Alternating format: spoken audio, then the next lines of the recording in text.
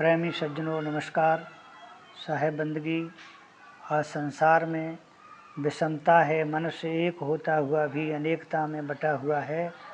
सदगुरु कबीर साहब विश्व में एक ऐसे महापुरुष हुए जो किसी जात मजहब और संप्रदाय देश के नहीं, पूरे मानव समाज और विश्व के शुभचिंतक थे। वे चाहते थे कि हिंदू, मुसलमान, ईसाई, यहूदी, पारसी, बौद्ध, जैन, वैष्णव, आर्य समाज, कबीर पंथ, दादू, दरिया पंथ, सिख, ब्राह्मण, शूद्र तथा अन्य जितने जाति, पंथ तथा संप्रदाय के नाम हैं, सब समाप्त कर एक मानव जाति तथा मानव धर्म नाम रख लिया जाए और अपने चिन्ह, दाढ़ी, चोटी, चंदन, माला, क्रूस समाप्त कर सबका एक वेश हो जाए और सभी दार्शनिक के विचार एक हों, सभी स्वरूप ज्ञानी और आत्मज्ञानी हों, सबका आदर हो, तो संसार में वैमनस्यता का नाम ही समाप्त हो जाएगा। एक दृष्टांत के माध्यम से समझाते हैं। एक कहानी है। एक गांव में दो भाई रहते थे। उनमें बड़ा घनिष्ठ प्रेम था। वे शिक्षित, व्यवहार कुशल भी थे। उनके माता पिता, भाई बहन, इस प्रकार 10-12 व्यक्तियों का परिवार था। एक बार कहीं दूसरे गांव से उनके यहाँ मेहमान भी आ गए। शाम को भोजन के वक्त अचार की ज़रूरत पड़ गई, लेकिन उस अचार का घड़ा कोठी के ऊंचे स्थान पर रखा था। छोटा बच्चा ला नहीं सकता था। तब दोनों भाई उठकर अचार लेने चल दिए। छोटा भाई ऊपर चढ़ गया और तेल के अचार से पूर्ण घड़ा भरा हुआ बलपूर्वक उठाकर नीचे बड़े भाई की तरफ दिया। चिकना होने के कारण ऊपर छोटे भाई से ठीक से नहीं सध सका और एकाएक हाथ से छूट गया। घड़ा से नीचे धड़ाम से नीचे आ गिरा और फूट गया।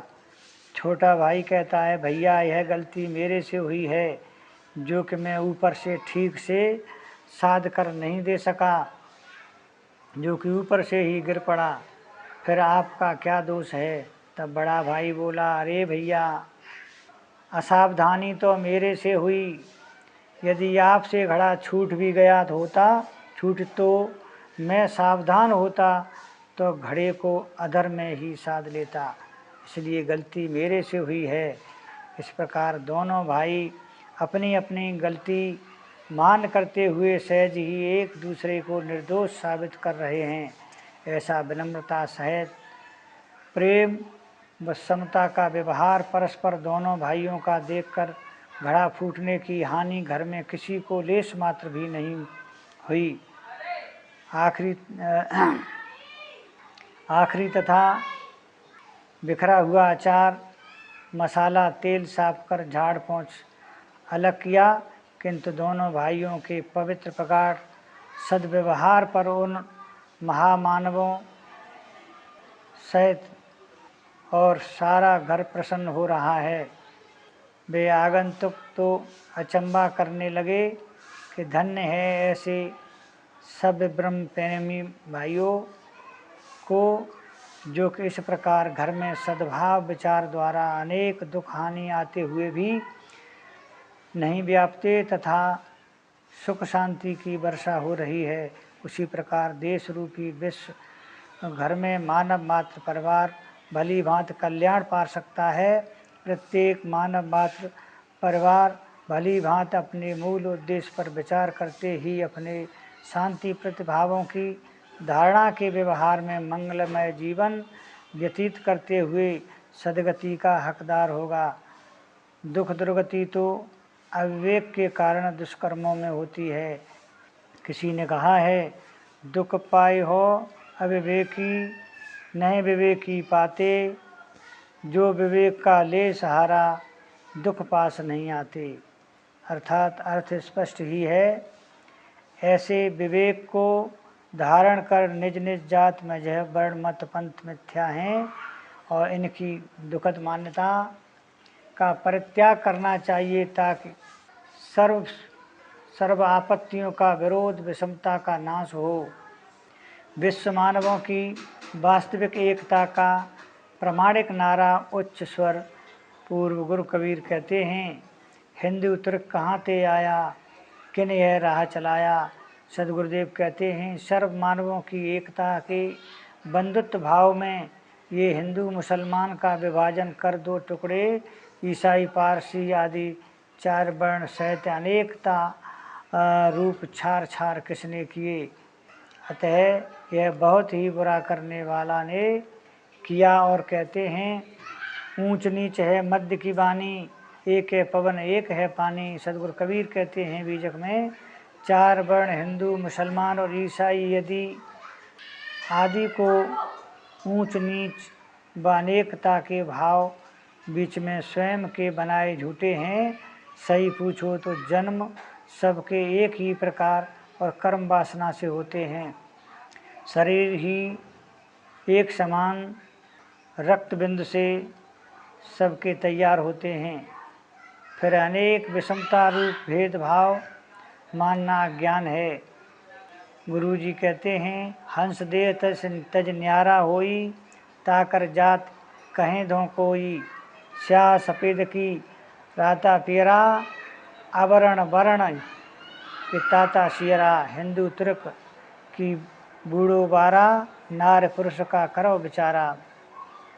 मत पंथों की अनेकता व विषमता के खिलाफ विश्व एकता के क्रांतिकारी कबीर देव और क्या कहते हैं, पंथी पंथ बूझ नहीं लीना, मूढ़ मूढ़ गंवारा हो।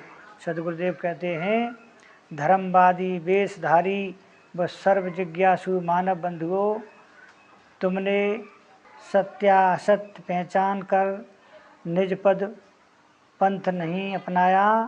अपनी अज्ञानता में पाखंडी भ्रमकों के साथ भ्रमिक बेवकूफ़ ही बने रहे।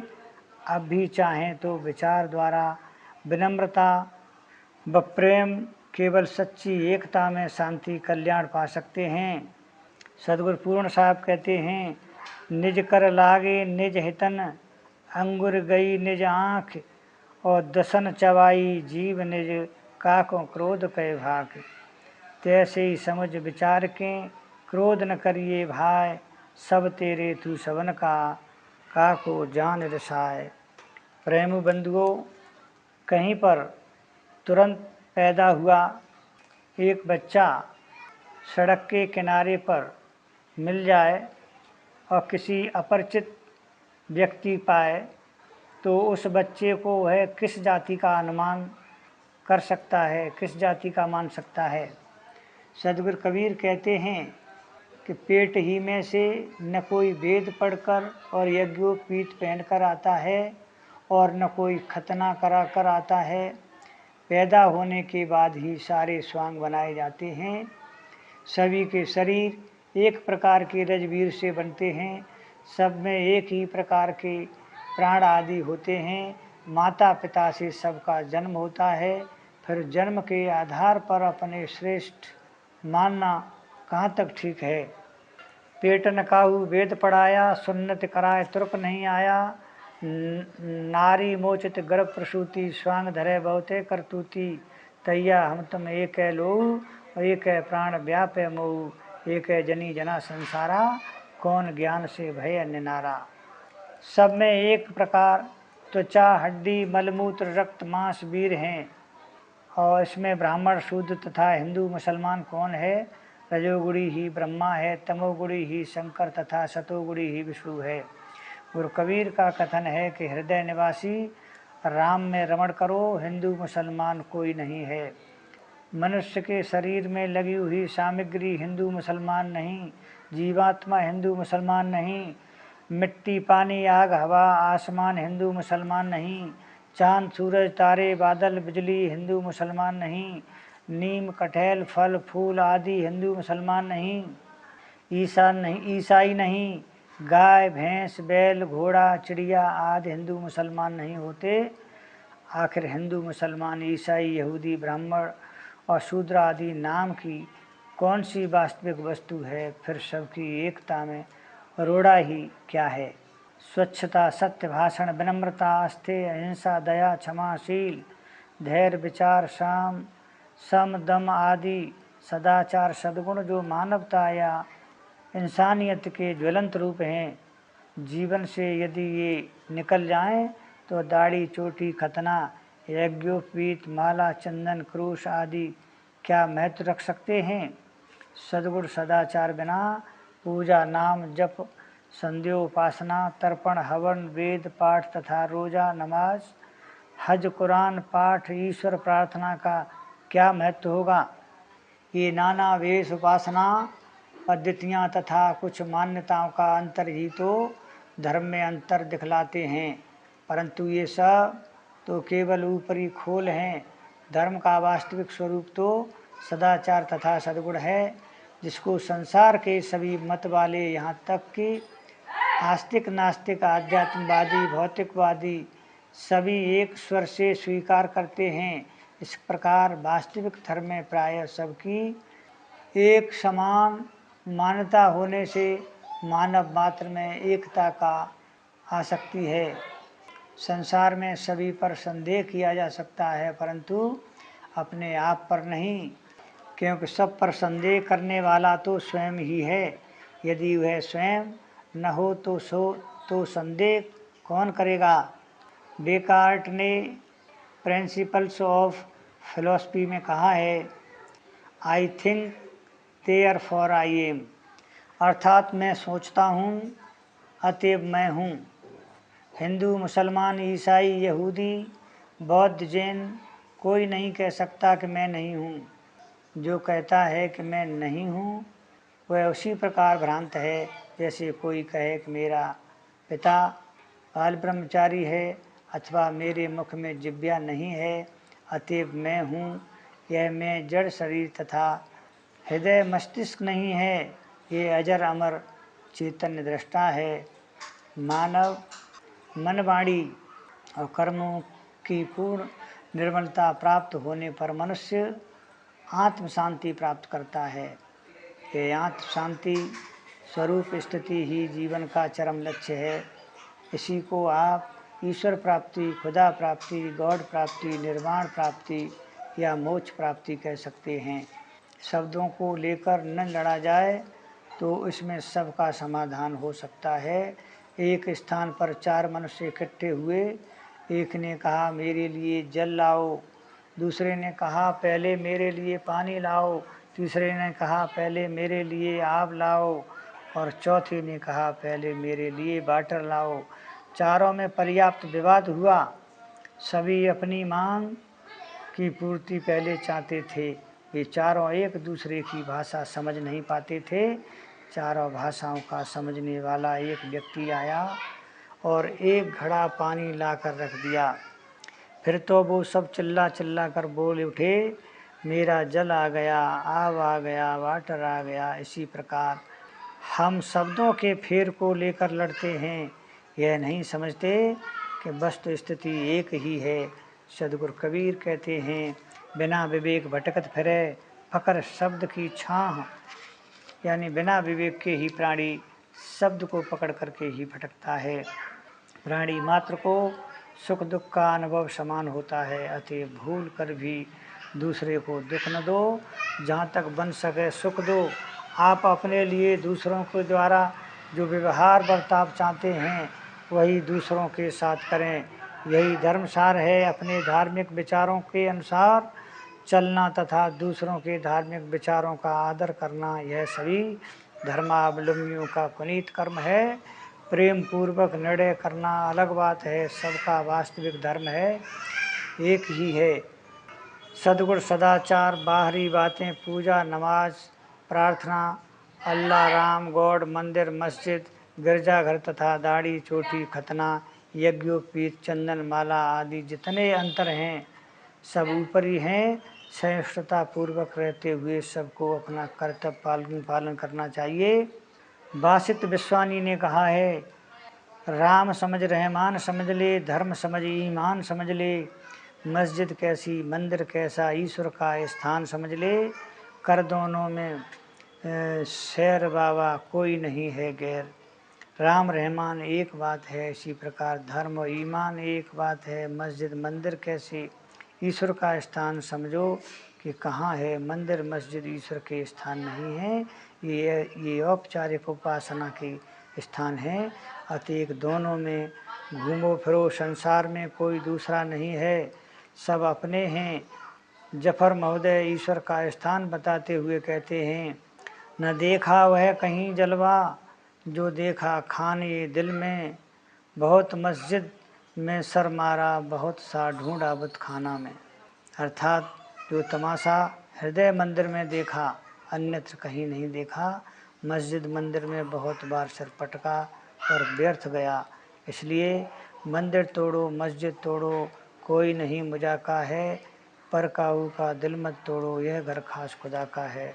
अर्थात मानवता के लिए कहीं मंदिर मस्जिद तोड़ना पड़े तो अड़चन न मानना चाहिए, परंतु किसी के दिल को कभी मत तोड़ो, किसी के दिल को मत दुखाओ। यह ईश्वर का मुख्य निवास है। प्रत्येक हृदय में निवास करने वाला जीव ही ईश्वर है, और इनको पीड़ा देकर तथा कथित आकाशी ईश्वर को प्रसन्न करने का दुराग्रह सीमातीत अज्ञान तो है ही, हद दर्जे की बेइंसानियत भी है। किसी ने कितना सुंदर कहा है, बेगाना गर पड़े नज़र में तो आसना को देख, दुश्मन भी आए सामने तो भी खुदा को देख। गीता में जहाँ विश्वरूप दर्शन की बात आई है, वहाँ ईश्वर के अनेक हाथ, सिर, ग्रीवा, नेत्र आदि दिखाए गए हैं, परंतु हृदय अनेक नहीं दिखाया गया है। यही बात वेद में भी है। इसका आध्यात्मिक अर्थ एकता है। मान लो संसार के सारे प्राणियों की समष्टि सामूहिकता एक ईश्वर है। व्यष्टि यानी व्यक्ति रूप में प्रत्येक प्राणी एक एक हाथ, पैर, सिर, ग्रीवा आदि हैं, और सबका पारस्परिक प्रेम रूपी हृदय एवं दिल एक है। अतएव हम लोगों का स्वरूपतः व्यक्तित्व पृथक पृथक अवश्य है, परंतु हमें परस्पर प्रेम और एकता का भाव और यथासंभव बर्ताव करना चाहिए। सदगुरु कबीर ने कहा है, भाई रे दो जगदीश कहाँ ते आया, कहो कोने बोराया। अल्लाह राम करीमा केशव हर हजरत नाम धराया। गहना एक कनक ते गहना, यह में भाव न दूजा। कहन सुनन को दो कर थापे, एक नमाज एक पूजा। वो ही महादेव वो ही मोहम्मद, ब्रह्मा आदम कहिए। को हिंदू को तुर्क कहावे, एक जमी पर रहिए। वेद किताब पढ़े वे कुतबा, बे मौला बे पांडे। और बेगर बेगर नाम धराए, एक माटी के भाड़े। कहें कबीर बे दोनों भूले, राम कन्यू न पाया। ये खस्सी बे गाय कटावें, बाद है जन्म गमाया। किसी ने कहा, बड़े प्यार से मिलना सबसे दुनिया में इंसान रे। न जाने किस भेष में बाबा मिल जाए भगवान रे। कहने वाले का भाव बड़ा उत्तम है, परंतु है भगवत मिलन के विषय में अभी धुंधलगे के में हैं। न जाने किस वेश में भगवान मिल जाए, तो यह भी हो सकता है कि भगवान न भी मिले। परंतु मानवतावादी महापुरुष सदगुरु कबीर साहब कहते हैं कि भाई भगवान तो मिले मिलाए हैं, ये सारे चलते फिरते प्राणी ही तो भगवान हैं। इनको भरसक पीड़ा न दो, इनको किंचित मात्र भी दर्द न दो। इनके प्रति प्रेम और शब्द भावना समर्पित करो, यही सबसे बड़ी पूजा है। घाव काय पर घालो, जित देखो तित प्राण हमारो। सदगुरु कबीर कहते हैं, मैं किस पर घाव करूं, किसको दुखाऊं, जिधर देखो उधर हमारा ही प्राण है सब में। इस प्रकार हम देखते हैं कि संसार में अनेकता होते हुए भी मूल बातों पर अपने विचार केंद्रित कर हम भली प्रकार परस्पर एकता और अगाध प्रेम का संपादन कर सकते हैं। बोलिए सदगुरुदेव की जय। साहेब बंदगी।